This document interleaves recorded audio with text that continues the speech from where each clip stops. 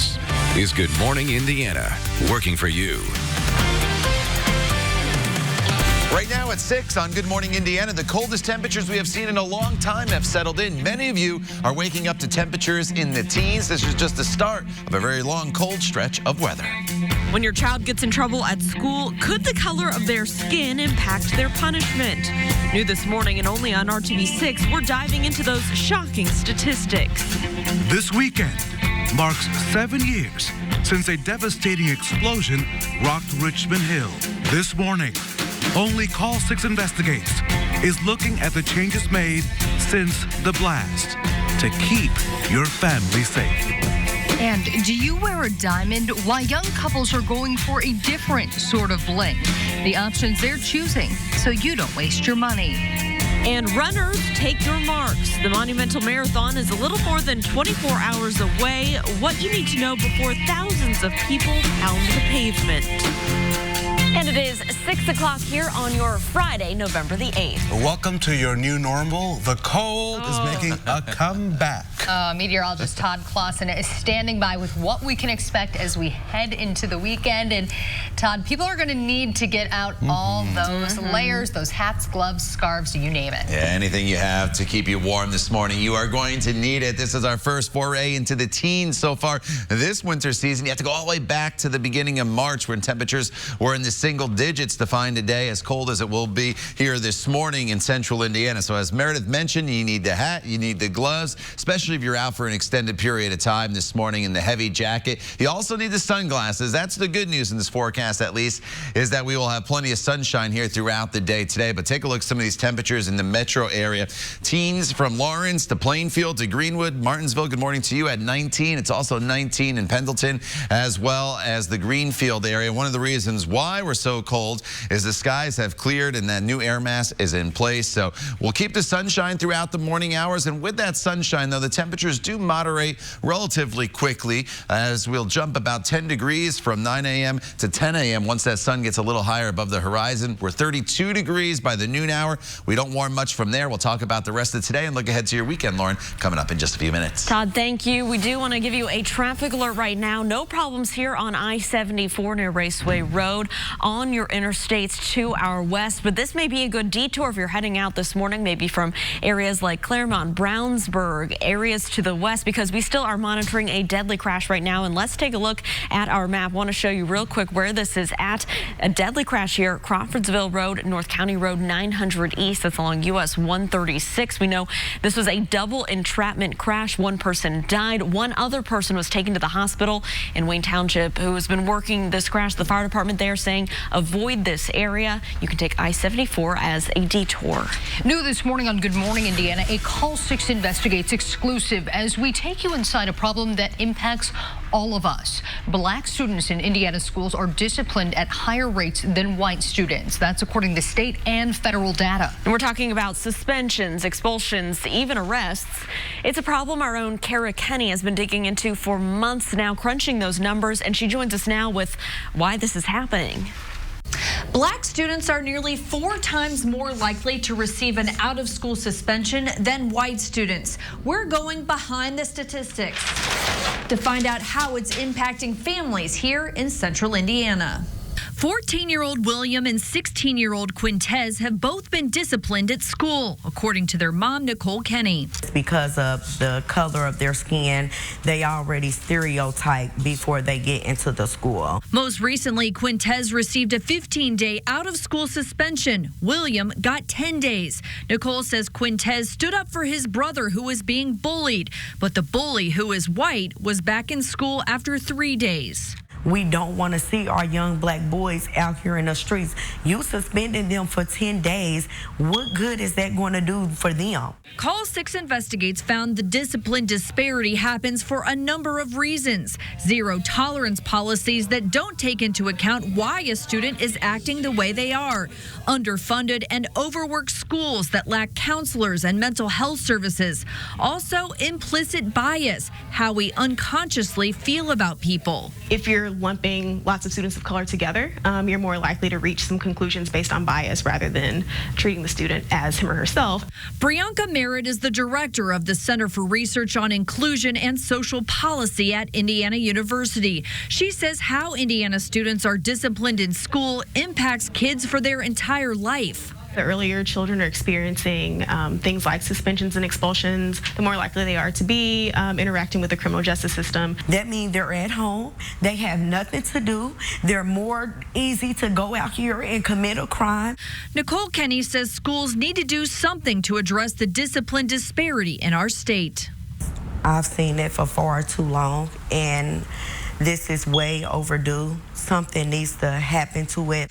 Call 6 Investigates found higher discipline rates for black students cost taxpayers thousands of dollars a year. To find out how this impacts you and your budget, go to this story on the RTV6 app and the IndyChannel.com. Reporting for Good Morning Indiana, I'm Call 6 Investigates, Kara Kenny. Kara, thank you. Now, in our next half hour here, Call 6 Investigates uncovers how the discipline disparity in our state may be actually worse than those numbers show. We are talking to one group that is shining a light on the problem this morning. We also want to hear your ideas on our Facebook page.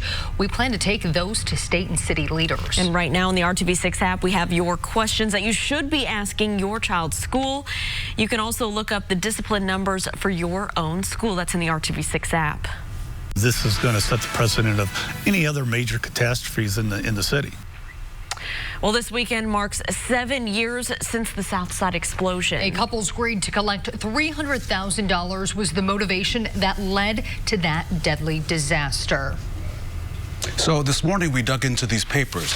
Beyond the papers, the impact, Meredith and Lauren, on the people themselves.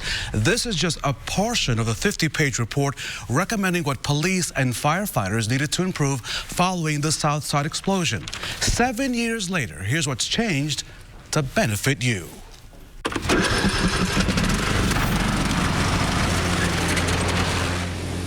Doug Aldrich cuts the grass on the property once belonging to Dion and Jennifer Longworth. The Longworths were the only 2 people killed, and their home among the 35 torn down following the massive explosion in the Richmond Hill subdivision on November the 10th, 2012. The response from public safety was enormous. We could probably nitpick and pick out certain things that it could have been done better. It's a shame that we wasn't able to save the lives of our neighbors that perished. Following the blast, the city issued what they called an after actions review. The report did not sit on a shelf collecting dust. Call 6 Investigates has learned that recommendations made 7 years ago have led to changes benefiting taxpayers, which include the fire department conducting training exercises with Metro Police, implementing the federal method of marking homes after they've been searched, and using wristbands with barcodes to keep track of people, whether injured or deceased. But we'll be able to eventually be able to know where all of our patients went to and the status of those patients. Metro Police has implemented better methods of tracking officers and knowing technology supporting phones and computers can be crippled during a disaster. Homeland Security still values and maintains ham radio operators. We can bring these individuals in and use those radios. It's old school, but it works. Mowing season is coming to an end in a neighborhood of new beginnings. We've come out stronger and better.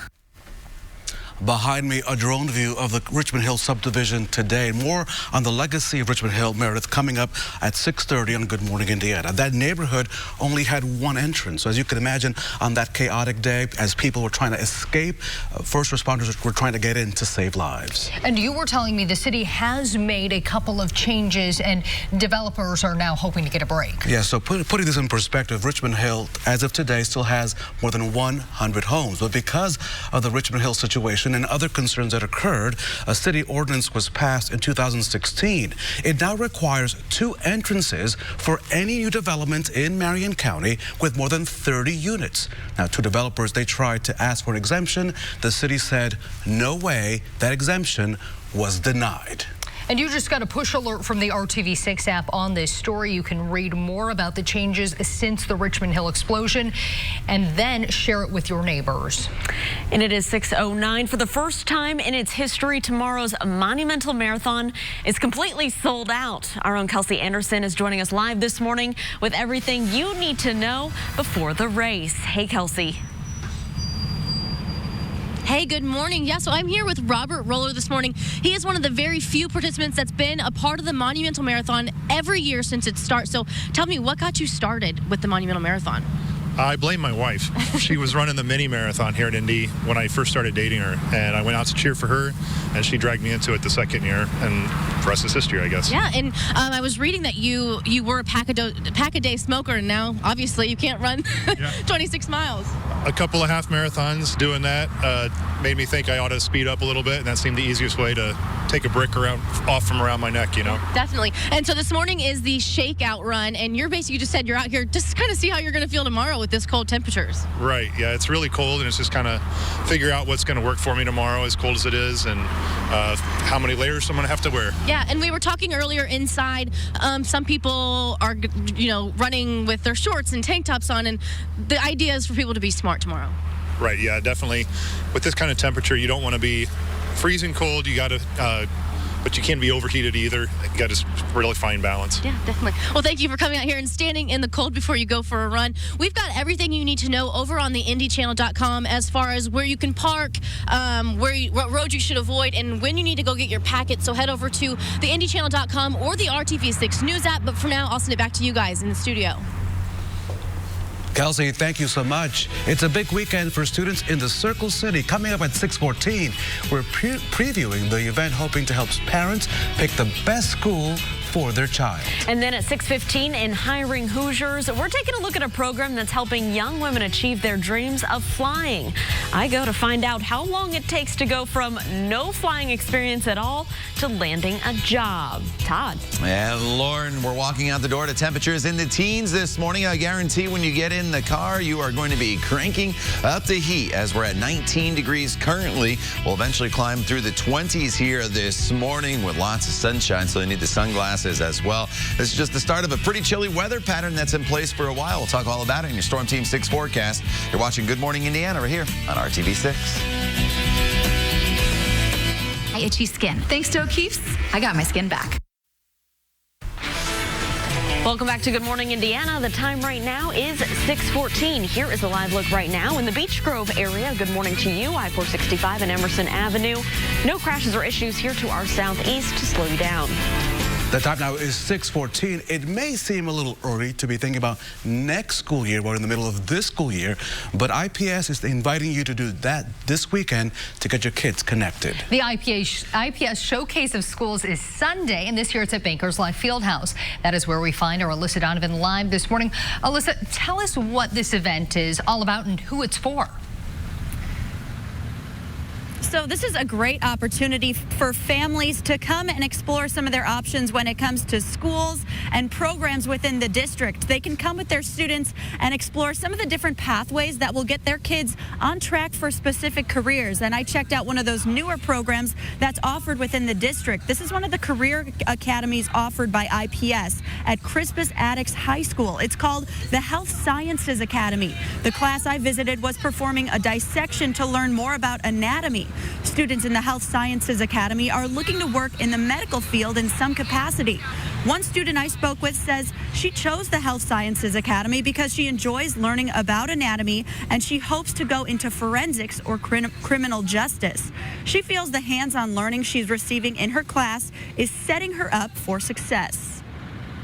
It's better than like pen and paper because that could get boring sometimes, and I am a hands-on person to learn, so I feel like this is it's a good thing.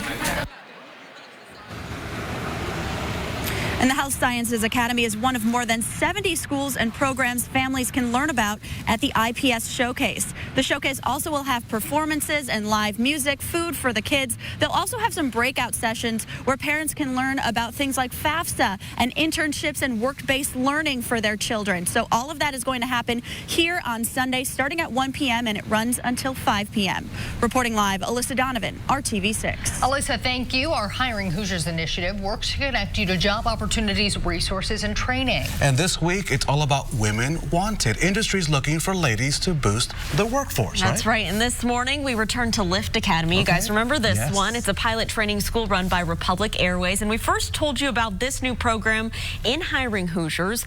And now we're looking at how Lift is working to put more women in the cockpit. So this is their first big event. It's called Lift Off Females Who Fly.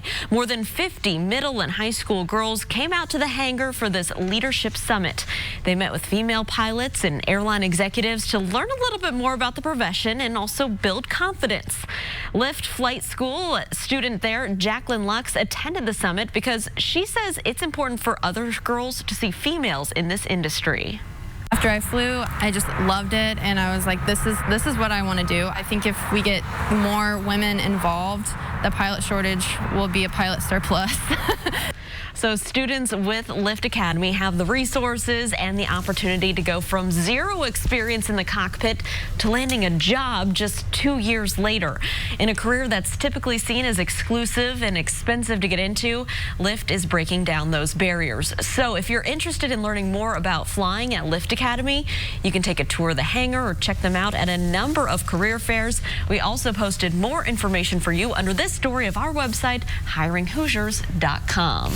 Here at 6:18 this morning, Todd, the scene behind you looks awfully lovely. But if you were to go and take that walk right now, you would be awfully cold. Yeah, you might take one step outside, turn around, and just go back inside here this morning because, yeah, this is our first taste of the teens here since the beginning of March. So it's the coldest morning since March the 8th as temperatures are in the teens in most locations and the skies are clear. So you don't have to worry about any precipitation here this morning, but it's all about bundling up because look at these temperatures all across the area. 19 in Indy right now, 15 in Crawfordsville, 17 in Greencastle as well as Lafayette. A few 20s there down to the south and Bloomington to the north as well in Muncie. But the bottom line is it is just downright cold. Hats, gloves, and the heavy coat definitely required here this morning. Now the good news is with sunshine, we will see our temperatures warm quite quickly across the area, relatively speaking, going from the teens into the upper 20s already by 10 a.m. and then into the mid-30s later on this afternoon. And then by 6 p.m. the temperature's back down to 32 degrees. And once the sun sets, we will cool off very, very quickly. So it's a bright day for us. It's just not a very warm day for us as temperatures will be running about 20 degrees below normal for the day today. We should be getting into the mid-50s still. So clear skies, high pressure firmly in control, gives us the sunshine today, for tomorrow, and most of Sunday before the next cold front arrives Sunday night, bringing in a reinforcing shot, unfortunately, of cold air. So it's Friday night. You may have plans. Temperatures will cool from the 30s down into the 20s pretty quickly this evening. And then when you wake up tomorrow morning, temperatures are going to be in the 20s. So if you are running the Monumental Marathon tomorrow morning, it starts at 8 o'clock. The temperature should be right around 28 degrees as you're kind of lining up there by the Capitol building. Temperatures of 24 at 7 a.m. But once you get going and start racing, the temperatures will climb pretty quickly throughout the course of the morning once the sun gets a little higher above the horizon. By 10 a.m., the temperature is up to 38 degrees, so that's kind of getting into decent running weather. The one issue we'll have to keep an eye on is the wind may pick up throughout the course of the day, or it will pick up throughout the course of the day. I think the morning hours, it's just maybe a little breezy. I wouldn't call it windy. Windy is probably for the afternoon hours, 47. Sunday, clouds increase up to 53 degrees if you are heading to Lucas Oil Stadium for the Colts game. Tailgating, partly cloudy, temperatures in the 50s. Clouds increase during the game, 48 degrees by 6 p.m. But once we get to Sunday night and more more so Monday. That's when the cold front comes through. A round of snow showers with maybe some minor accumulation on Monday. And then temperatures are in the teens Tuesday and Wednesday morning and Tuesday afternoon, Lauren. We don't even see high temperatures getting above the freezing mark with mostly sunny skies. Todd, thank you. We do have a traffic alert to show drivers here. Our Shea Goodpaster is at the scene of a deadly crash investigation happening right now. This is in the town of Claremont. This is US 136 near County Road 900 East. You see one of the vehicles involved here. We know that 2 vehicles at least were involved in this crash. One person died. Another person was transported to a hospital. We know that there is at least 2 people trapped inside of vehicles. We first told you about this back in the 5 o'clock hour here of Good Morning Indiana. And Wayne Township Fire, who you see at the scene, they're telling you to avoid this area right now. So let's take a look at it on our map so you know what to expect as you're heading out on the roads. Again, this is in Claremont, Crawfordsville Road, North County Road 900 East. You can easily take I-74 through that area as your detour. We'll continue to keep you updated as we learn more. We will keep you on top of that. A tree is standing out above all the rest. Ahead and trending at 6:25, how long the mastermind behind this artwork says it took to complete all of that. Ultra Strong costs less than Glad Force Flex for sold head-to-head. All right, it is 6:24 on your Friday morning, and here is what is trending at 6. It's a bird. It's a plane. Where is that? It's a tree. What? Okay. It is a 7-foot-tall Superman carved into a tree in Nebraska. Wow. The tree was carved by David Husman, a University of Nebraska-Lincoln student. Husman says it took about a year to carve Superman, but he says it was all worth it, and he hopes to incorporate his carving talents into his architecture career. Wow. Very impressive. Maybe some tree houses in his future. Okay. Well, Grover Barnett dedicated 30 years of his life to serving others. And now the retired firefighter needs your help. Grover's left kidney had to be removed due to cancer. He's on the transplant list. And this morning, Grover's kids, they're making it their mission to get their dad a kidney. So they've rented billboards, handed out hundreds of bumper stickers, hoping for a living donor. And we hope he gets what he needs. Yeah. That's a good thing to do there. You could walk away with Michael Jackson's socks from his first on-stage moonwalk. What? It'll cost you about $2 million, though. The self-proclaimed king of pop wore the custom-made, crystal-covered socks at the legendary Motown 25th Yesterday, Today, and Forever TV special back in 1983. The online auction kicks off Wednesday. As you may recall, Jackson died at the age of 50 back in 2009.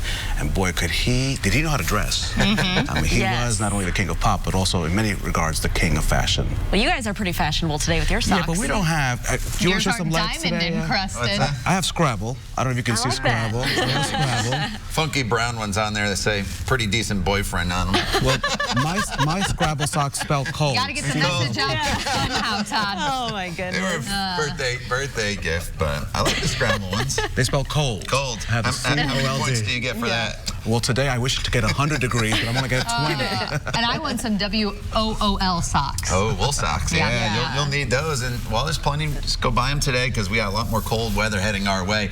This morning, we're in the teens across the area. And what will warm pretty quickly up into the 20s by 10 a.m., 32 degrees by time we get to the noon hour. The good news is lots of sunshine in the forecast here throughout the day today. And high temperatures eventually will be topping off in the mid to upper 30s, about 20 degrees below normal. We're even colder, though, as we get into the beginning of next week. More on that coming up in the next half hour. All right, Todd, thank you so much. Well, a diamond engagement ring, it can cost you $10,000 or more in some cases, and it can put newlywed couples deep into debt. Yeah, so working for you, John Mattery shows us the cheaper options that younger couples are turning to so you don't waste your money.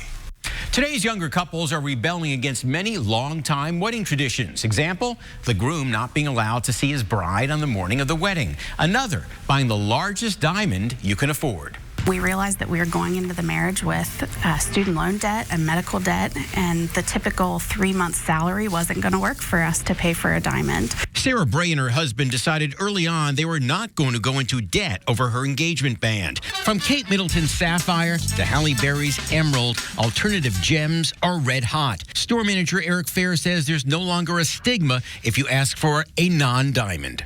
We always say that whatever your budget is, we can find something for you. He says top alternative stones include lab-grown diamond, morganite, aquamarine, tourmaline, sapphire, and ruby. Sarah Bray is proud of her choice of an alternative stone. It's important to go into a marriage without any debt. So if you think of marriage, feel free to turn old traditions upside down. You'll come off as creative and artistic, and that way you don't waste your money. Working for you, I'm John Matteries. Good morning, Indiana. Here is your 6:30 news feed, and we are following breaking news out of Florida. Police say they have arrested the man wanted for the disappearance of Anaya Blanchard. She is the stepdaughter of UFC fighter Walt Harris. Ibrahim Yazid is charged with kidnapping in the case. Blanchard is the 19-year-old who disappeared from Auburn, Alabama more than 2 weeks ago. She still has not been found. Back here at home, police are searching for a missing girl from Avon. Investigators say 17-year-old Gabrielle Stephanie Borthwick has not been seen since Wednesday afternoon near her home in the Settlement neighborhood. If you think you've seen this woman on your screen, you should call 317-839-8700. And today, the Carmel Fire Department will make a change to its Safe Haven baby boxes in an effort to remove a possible barrier for some parents in crisis. The department will add bilingual signs on the baby box at Fire Station number 45 on College Avenue. Baby boxes are a safe and legal way for parents to anonymously surrender infants under Indiana's Safe Haven law.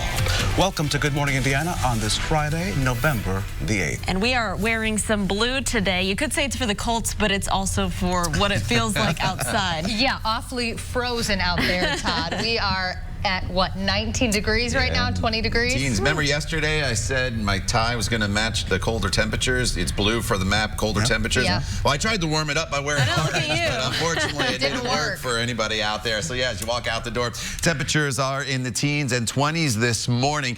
Anywhere you go across the area, we'll show you some of your hometown temperatures. As Meredith mentioned, 19 in Indy, 17 right now in Lafayette. We'll go into some northern locations. Marion, you're down to 16 degrees here, 19 is the current temperature currently in Anderson. So skies are clear. You don't have to worry about any precipitation this morning. You just need to bundle up as you walk out the door and grab those sunglasses, because once the sun does come up, it'll be a sun-filled day for us from start to finish. Now, with the sunshine, temperatures will moderate fairly quickly once the sun gets up over the horizon. In fact, we jump probably about 10 degrees from 9 a.m. to 10 a.m. up to 28 degrees. And then by the noontime, we're looking at a temperature right around 32. We'll warm a couple degrees more from there. We'll talk about that and a little bit of a warming trend heading into the weekend coming up in just a few minutes. Lauren. Todd, thank you. I want to give you another live look from our photographer Shay Goodpaster at the scene of that deadly crash investigation we've been monitoring this morning. You can see one of the vehicles involved there. This is on US 136 near County Road 900 East. That's in the town of Claremont. Now, what we know right now are one person at the scene died. Another person had to be transported to a hospital. Wayne Township Fire here working this crash where at least 2 people were trapped at the time of the crash. And they tell us you need to avoid this area to avoid delays. So you can hop up on I-74 if you're traveling in from areas like Brownsburg, Claremont, places to the west. This is something we'll continue to keep our eyes on, and we'll keep you updated. Discipline disparity. It is a Call 6 investigation that has people talking this morning. Call 6 investigates Kara Ketty. She found that African-American students are more likely to be disciplined and arrested in Indiana schools than students of other races. She joins us now with why some say the problem is even worse than the numbers show. Nearly a quarter of black teens in middle and high school have been suspended at least once. But the NAACP says the problem goes even deeper than these statistics. For Reverend Alex Wortham, it's important for his daughter Imani to attend a Christian school. But Imani has struggled. It was a lot of racism going on. It was predominantly a white school. Imani says she endured racist comments, was told she had a learning disability, and says a white male student told her that if there was a school shooting, she would be the target. I would be the first person to get killed because of the color of my skin. And so that comment, it bothered me. It really did bother me. Imani's dad says the last straw came when they allowed the boy who made the shooting comment to come back to school. How can this boy say what he said? How can other kids who's white say what they said? Approach my child The school don't support. The school didn't put them out. The school didn't do anything. Imani withdrew from the Christian school. Her whole life is upside down. So that's the issue of being forced out. We you know, I had no choice. You know, no one heard our cry. No one heard our voice. The NAACP calls it a forced withdrawal and says countless forced withdrawals go unreported, unlike suspensions, expulsions, and arrests, which are all tracked. Most schools today force the parent to withdraw the child so that they do not have to put that on record. Gary Holland is the NAACP education chair for Indiana. He helps families with disputes involving school discipline and racial bias. The parent does not have to withdraw at any time, but the school may say, well, we are going to start expulsion, but legally they cannot do that. In Indiana, black children are more than twice as likely to receive in-school suspension, 4 times as likely to receive an out-of-school suspension. Having someone suspended or expelled at home without some type of supervision is a formula for disaster. The NAACP is pushing for the state to require schools to attend implicit bias and cultural competency training. Right now, the state offers training to schools that request it, but it's not mandatory. We believe the emotional intelligence is missing when it comes to children of color. They have to feel good about what they are doing. Imani is now attending a public school and hopes she's treated fairly, even though the discipline disparity is not in her favor. And for us to see to the point to where we have gotten now, it's heartbreaking. It is. Because we should all be able to talk to each other and laugh with each other, hug each other, and not worry about anything going wrong. But nowadays, we have to worry about everything. Here's what you as a parent should be asking your child's school. What is the school's discipline policy? What can prompt a suspension or an expulsion? And when did the police get involved? For Good Morning Indiana, I'm Call 6 Investigates, Kara Kenny. So this is a problem that impacts all of us. Children who are disciplined and are more likely to become part of the criminal justice system. And that means that young person's potential to go to school or work and support their family is impacted. And the numbers show that people who are uneducated are more likely to have health problems, which can impact insurance rates as well. Insurance rates that impact you. This ongoing, in-depth Call 6 Investigate story continues today right here on RTV6. Coming up tonight on the news at 6, Kara is digging into how the discipline disparity is impacting not only schools and families, but your pocketbook as well. At 6:30, Kara will do a Facebook Live answering your questions. And then on the news at 11, we'll take you to an Indianapolis school that is taking a unique approach to education and discipline. All of that tonight, right here on RTV6. Time right now is 6:36, setting up students for success. That's one of the goals of this important event that's happening this weekend. The Indianapolis Public Schools Showcase of Schools is set for this Sunday at a new location, Bankers Life Fieldhouse. Our Alyssa Donovan is live out there this morning. And Alyssa, tell us why this showcase is so helpful to many Indianapolis families. So this is a great opportunity, and inside Bankers Life Fieldhouse on Sunday, there's going to be representatives from dozens of schools and programs that are offered within IPS, and this is a way for families to come and explore all of their options when it comes to education. And one of those newer programs that is showcased is the Health Sciences Academy. The program is within Crispus Attucks High School. That program gives students an opportunity to learn some of the basics that could set them up for a career in medicine, forensics, or other health science jobs. Students take classes like physical therapy and human body systems. So they get patient case studies, they learn how to diagnose and treat and read symptoms, they learn how to research for treatments to diseases, and the whole goal is that they learn all the systems while actually applying them. And the Health Sciences Academy is one of more than 70 schools and programs that families can learn about this weekend. Again, that IPS showcase is happening here at Bankers Life Fieldhouse on Sunday. It runs from 1 p.m. until 5 p.m. Reporting live, Alyssa Donovan, RTV6. Alyssa, thank you so much. Call 6 Investigates, asking questions 7 years after the Southside explosion. What public safety says they're now doing better 7 years later. That's the benefit of Medicare from Anthem. It is 6:40 and want to take you out live to a deadly crash cleanup and investigation in the town of Claremont. This is on US 136 near County Road 900 East. We know one person died, one other person taken to the hospital, and this was a double entrapment crash. We do want to give you an update, though, as we've been following this. We do have wreckers now on the scene, so hopefully we'll get this area clear as we approach the rush hour at 7 a.m. Of course, this is a spot we'll keep our eyes on, and we'll let you know when it is all clear. For now, you can take I-74 to avoid these delays. So this Sunday marks 7 years since the Southside explosion, and it was a blast that was intentionally set, leaving 2 people dead and that entire neighborhood reeling. And so, Laura, we dug up this 50-page report. This is just a portion of the report recommending changes in light of that disaster. I've had the report in a file on my desk for several years now, and I thought it was the right time to see if anything was done.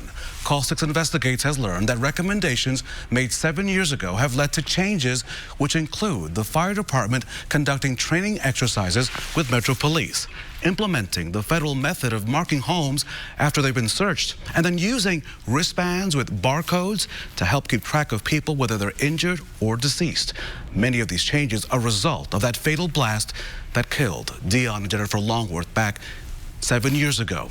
The people responsible were their neighbors who wanted to collect on an insurance policy worth $300,000. Greed causes a lot of pain, and we learned that from what happened here. But we also learned that communities that are devastated, especially our neighborhood, was resilient to go forward and live through this bad thing that happened here, and we've come out stronger and better. That explosion led to 2 of the biggest criminal trials in decades in Indiana. Mark Leonard, who was the neighbor, was convicted to life in prison without parole. He died in prison back in January of 2018. His half-brother Bob remains in state custody. He's set to remain behind bars for life.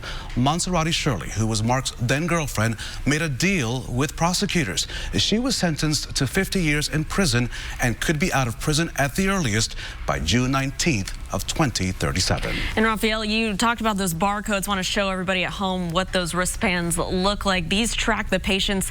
I mean, how big of an improvement is this system? So show that up again. That's the new technology with the barcodes. This is the old way. They used these plastic ties and they would put them on people's wrists to indicate their injuries. The yellow one meant that you had a minor injury. The red one meant that you needed immediate help. As you could see, these zip ties, really old school.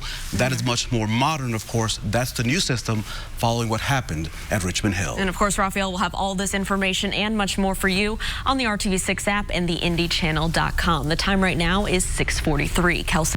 I'm Kelsey Anderson. This weekend, the Monumental Marathon is taking place in the Circle City. Coming up, everything you need to know before heading downtown on Saturday. And if you just can't wait for Christmas to get here, we have the giveaway for you. Coming up in just minutes, your chance to win tickets to the Christmas Gift and Hobby Show. Todd.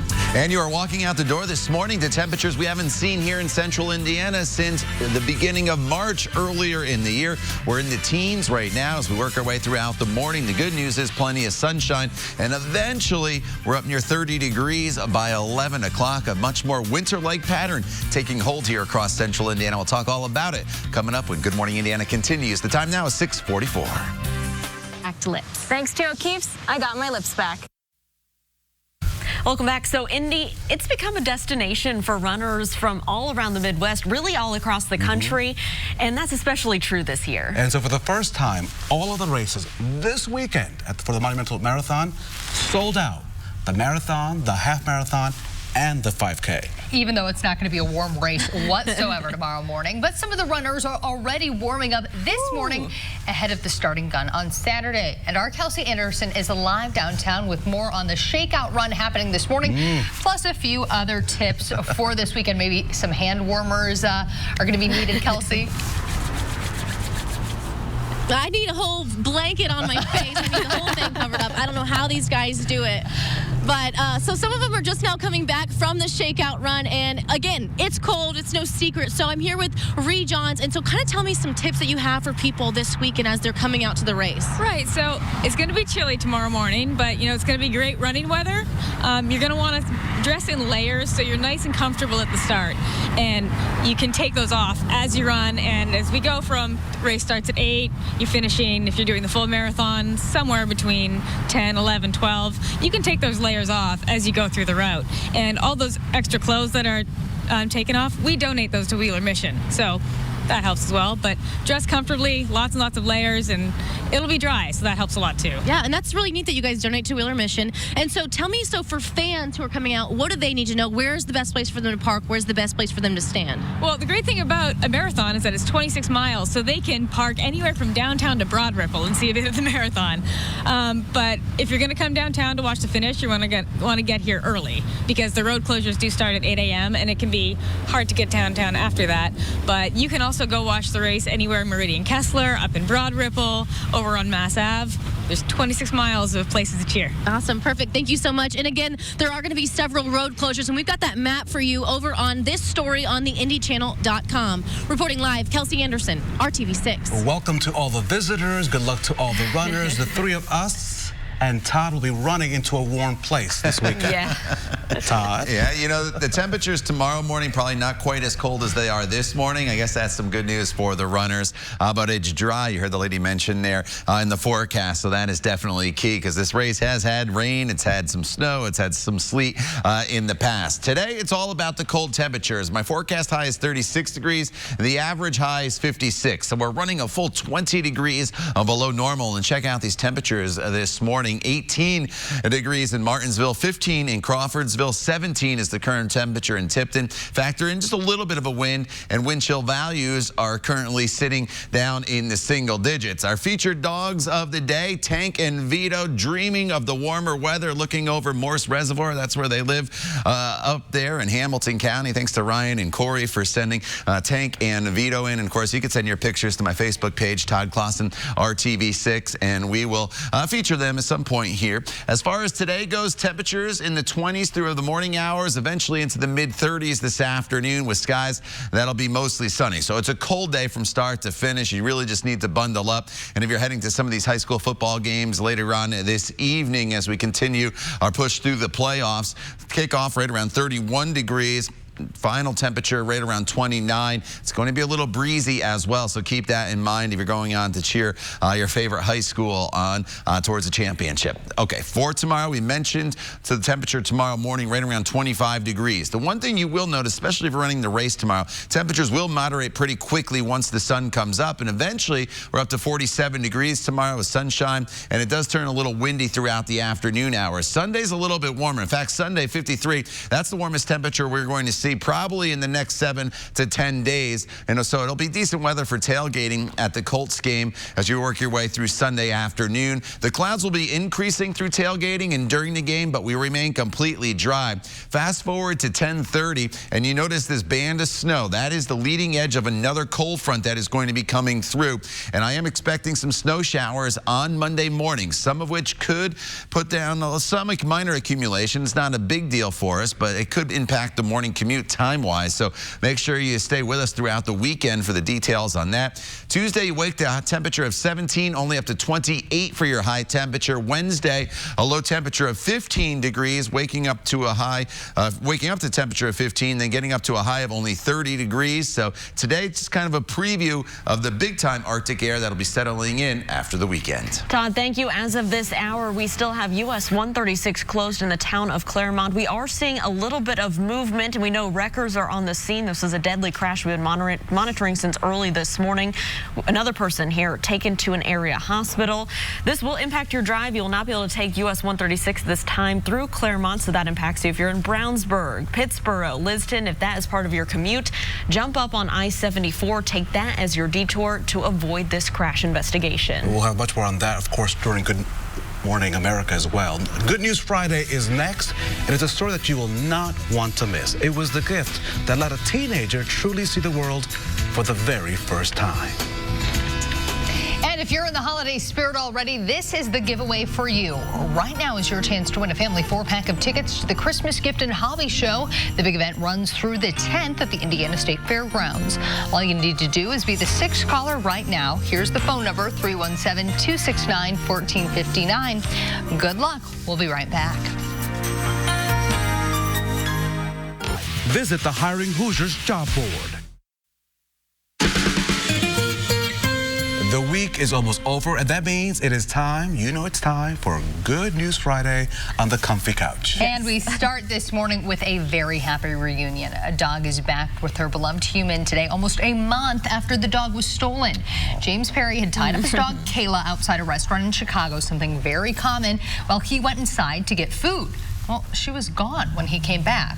And this surveillance video showed a man stealing the dog. So James and his friends got busy on social media. Then James got word that Kayla had been found in Oshkosh, Wisconsin, which is 9 hours away. James says he made the drive immediately so that Kayla could come home.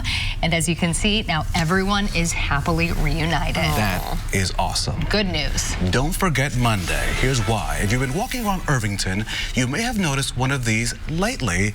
No, they aren't toys that were left behind by a child. Beth Brintlinger posted on Facebook that the brother of a friend built all of these replica World War II tanks you see right there. She said that the man passed away recently, so in honor of Veterans Day, this coming Monday, her friend decided to share them with the public, leaving them in random places. We thank all who served, and what an amazing way to celebrate that day. Okay, guys at home, get the tissues, get ready for this story. You guys haven't seen this, but I have. Kelly Beck-Tuntland's son was born with red-green color deficiency. That means that he can't see colors very well. So for Kelly's birthday, she didn't want a gift herself. She wanted her son Tyler to finally be able to see the world the way most of us do. Take a look.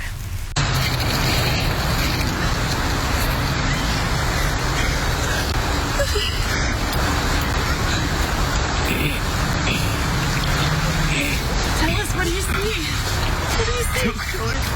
It's so colorful. So, you guys, I talked to Kelly yesterday. They live in Arcadia, the local family here, and she tells me that not only did she want to help her son Tyler see color, but her oldest son is serving the Army right now, and so his brother's really been missing him lately, so she's trying to find a way to cheer him up, and this really did it. So, a great story there. Amazing. All right, what a great way to wrap up our week. We will be back here in 25 minutes with more on Good Morning America. We'll have news, weather, and traffic, plus everything is on the RTV6 app. Have a great weekend. We'll see you Monday morning. Keep warm.